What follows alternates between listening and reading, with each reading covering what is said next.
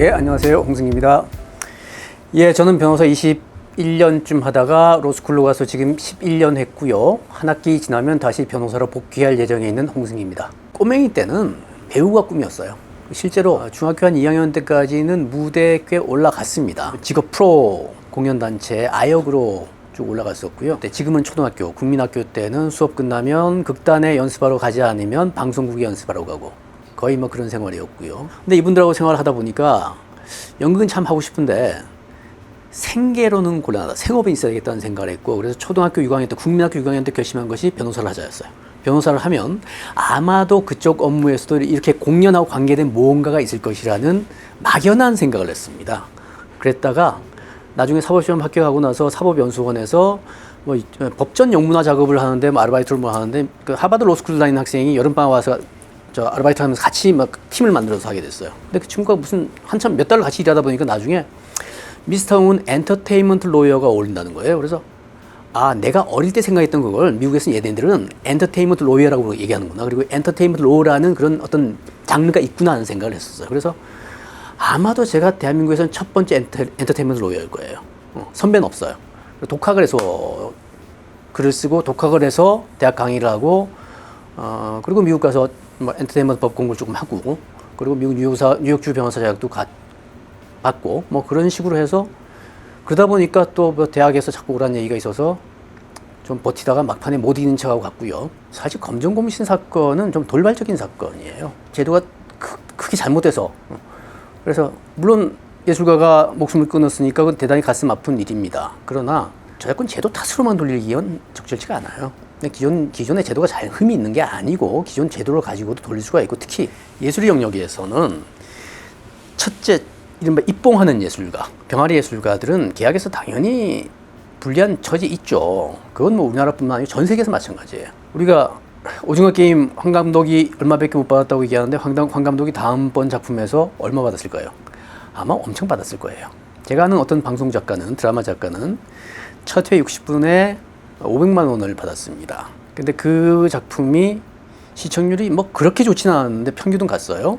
두 번째 작품에 정확하게 10배가 뛰었습니다. 5천만 원의 계약금을 봤어요. 그게 예술 시장이에요. 물론 위너가 다 갖고 가는 시장으로서의 어떤 위험부담이랄까? 부당한 부분이 있죠. 그 부분을 정리하는 건 예술인 복지라는 거죠. 그래서 예술인 복지를 하는 건 맞는데 하려면 가급적이면 장르 안에서 하는 게 좋아요. 특히 대중음악이라면 대중음악은 저작권료가 넘쳐나는 데입니다. 저작권료가 넘쳐나는 데서 그 안에서 저작권 수익의 일부를 복지로 돌리는 게 맞다는 거죠. 그리고 또 저작권 수익 중에 일부는 주인을 못 찾는 저작권 수익들이 있습니다. 일단 징수했는데 주인을 못 찾고 있는 게 있어요.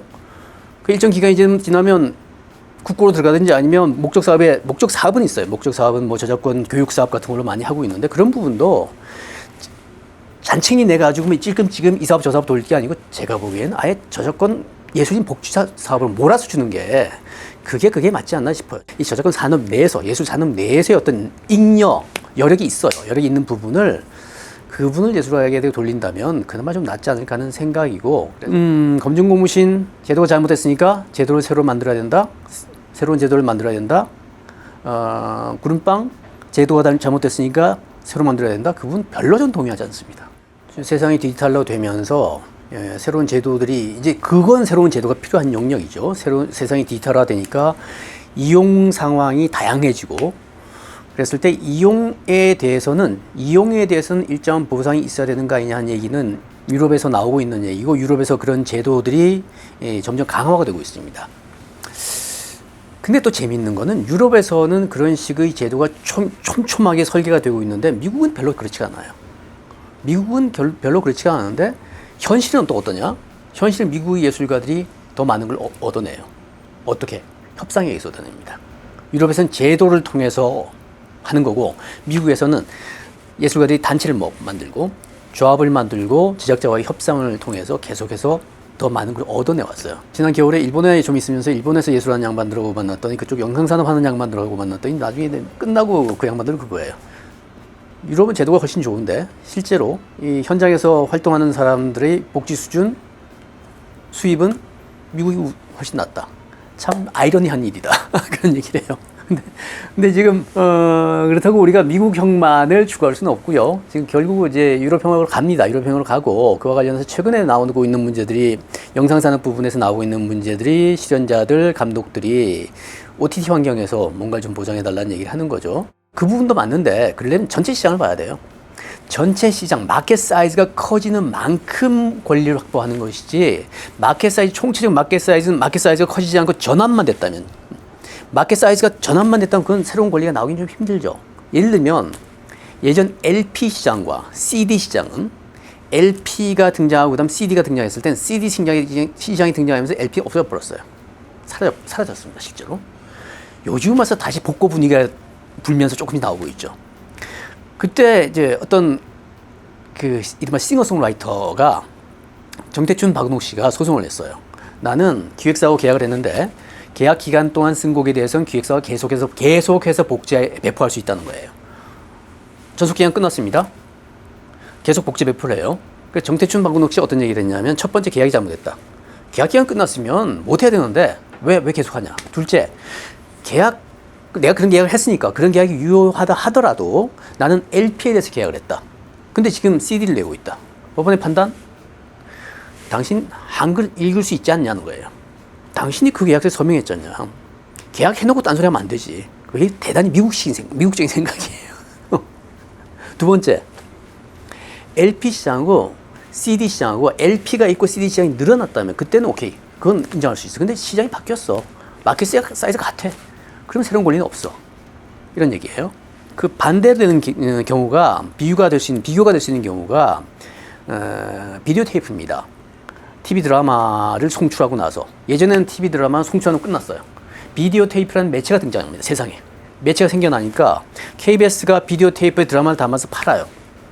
특히 LA에서 팝니다. 그래서 LA 법인을 만들어요. 우리 교포들 위해서 법인을 만들고 그럼 그쪽에서 LA 교포들이 몰아보기를 하는 거예요. 비디오 테이프 20개 사가지고 몰아보기를 하는 거예요. 그런 시장이 형성됩니다. 그랬더니 드라마 작가들이 감히 KBS를 상대로 소송을 합니다. 드라마 작가들이 그때 방송사를 상대로 권리 주장한다는 건 생각을 못 할 때예요. 그런데 그분들 20명이 소송을 하고 법원의 판단이 이거예요. 계약이 명확하지 않다. KBS는 저작권을 다 넘겨받았다. 저작권을 넘겨받았으니까 우리가 그거 가지고 뭘 하든 작가들 얘기하지 말라는 건데 법원은 계약이 명확하지 않다는 거예요. 명확하게 모든 권리가 넘어갔으면 모르겠는데 명확하지 않다 그렇다면 가능하면 예술가 중심으로 해석을 한다는 거예요. 그건 글로벌 스탠다드예요. 어느 나라에서나 예술가와 제작자의 계약에서는 계약 내용이 명확하지 않으면 가능하면 권리 부스럭이라도 예술가에게 있는 것으로 판단해 줍니다. KBS 사건, 그 사건에서도 계약의 내용이 명확하지가 않으니까 KBS가 갖고 간 권리는 저작권을 통으로 갖고 간 게 아니야. 그거는 드라마를 만들어서 송출할 수 있는 권리만 있는 거야. 라이선싱만 있는 거야.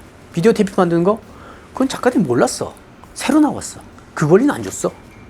그래서 비디오 테이프 매출에 대해서 10%씩을 작가들에게 주라 그랬어요. 그 사건이 작가들에게 엄청난 이 쇼크를 줍니다. 쇼크를 줘요. 이게 우리가 뭉치면 되는구나. 그래서 작가협회라는 것이 그전에는 그냥 친목단체 정도가 돼 있다가 지금 엄청난 권리기관이 돼버렸고 그러면서 저작권 신탁 단체가 돼서 저작권에 대한 권리를 작가들로부터 다 양도받아가지고 방송사랑 협상을 하면서 작가들은 지금 상당히 권리를 누리고 있거든요. 이 우리 문화산업 영역에서 드라마 작가들, 방송 작가들이 참 많이 누리고 있고요. 김수현 선생 같은 분이 아주 파이오니어 역할을 하셨죠. 그리고 그걸 따라서 방송 시청자들이 누리고 있어요.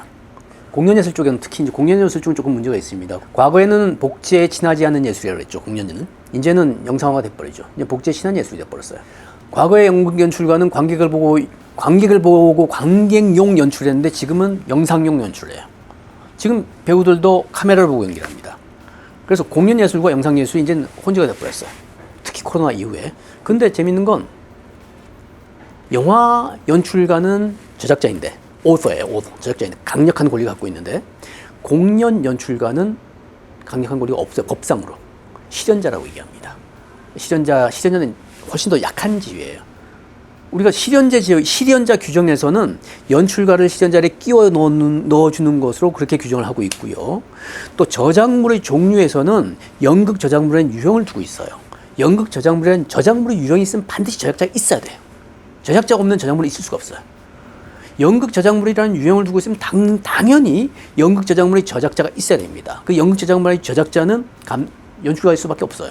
근데 법 규정이 안 맞습니다. 법 규정이 안 맞는데 이게 개정이 안 되고 있어요. 분쟁이 생기면 법원도 혼란스러워하고, 법에는 지금 실현가인데 실현자로서의 권리를 주장하기에 적절하지 못한 분쟁들이 있거든요.